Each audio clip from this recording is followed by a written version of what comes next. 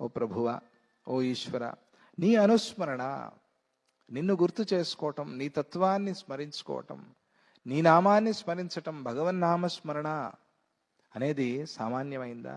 అది సంపాదించుకున్న పుణ్యం అనే ఆ వృక్షం యొక్క ఫలాన్ని కోట్ల కొద్దిగా పెంచుతుంది, ఆ పుణ్య ఫలాన్ని అందిస్తుంది స్మరణ అనేది.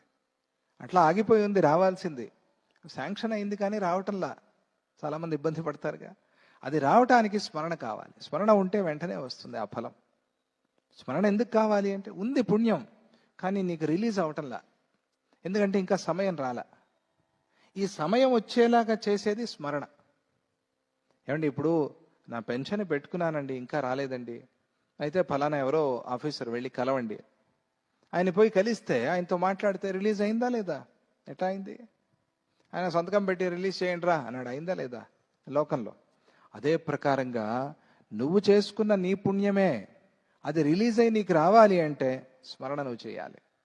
ఆ స్మరణ వల్ల నీకు రావాల్సింది వెంటనే ఎక్కువగా వస్తుంది, తక్కువగా కాదు, ఎక్కువగా కోట్లాదిగా పెరిగి వస్తుంది. అందుకనే నామస్మరణ, భగవన్నామస్మరణ. కొన్నిసార్లు మనదే మనకు అందదు. ఏమండి, గవర్నమెంట్ వాళ్ళు ఏదో నష్టపరిహారం చెప్పారండి కానీ రావటంలా, ఎందుకు? నీదే అది రావటంలా, కొన్ని ఏళ్ల నుంచి రావటంలా. కోర్టులో నువ్వు ఏదో పాపం ఇబ్బంది పడుతున్నావు, ఎవరు పట్టించుకోవట్లే, ఎవరు వినట్లా. ఎవరో అధికారి వచ్చాడు, చెప్పాడు, వెంటనే అయిపోయింది. అయిందా లేదా? అదే ప్రకారంగా ఆ నామస్మరణ అనేది, భగవత్ స్మరణ అనేది నీ పుణ్యమే నీకు వచ్చేట్టుగా చేస్తుంది, అధికంగా వచ్చేట్టుగా చేస్తుంది. అందుకనే ఫలం భూతస్య పుణ్యస్య, గడిచిపోయిన పుణ్యమనే, నువ్వు జన్మలో గడిచిపోయిన జన్మలో చేశావు పుణ్యం, ఆ పుణ్యం అనే వృక్షానికి ఫలం వచ్చేలాగా చేస్తుంది నామస్మరణ. వర్తమానస్య సేచనం, ఇప్పుడు ఉండే ఈ జన్మలో నువ్వు చేసే పుణ్యానికి ఇది అమృతంలాగా నీళ్లు పోసి దాన్ని పెరిగేలాగా చేస్తుంది. నువ్వు నామస్మరణ చేస్తూ ఉంటే ఇంకా ఇంకా మంచి పనులు చేయాలి అని అనిపిస్తుంది.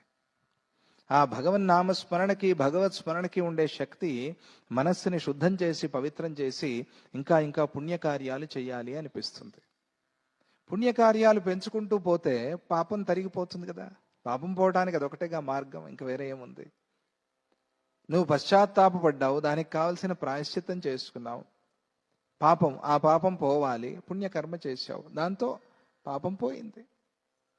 ఆ ప్రకారంగా వర్తమానస్య సేచనం, ఇప్పుడుండేటువంటి ఈ పుణ్య వృక్షానికి అది సేచనం, నీరు పోసినట్టుగా నీళ్లు పోసి ఆ పుణ్యాన్ని పెంచుతుంది భగవన్ నామస్మరణ అనేది. చూసారా? ఇక రాబోయే జన్మల్లో పుణ్యం చేసుకోవడానికి ఆ పుణ్య వృక్షానికి కావలసిన విత్తనాల్ని ఇప్పుడే నాటుతుంది అది.